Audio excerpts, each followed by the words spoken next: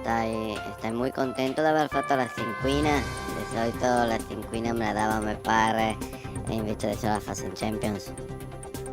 Bueno, noi attuiamo la tecnica del bogone. Esta tecnica messa a punto da un tecnico de Verona, Eolindo Filippi.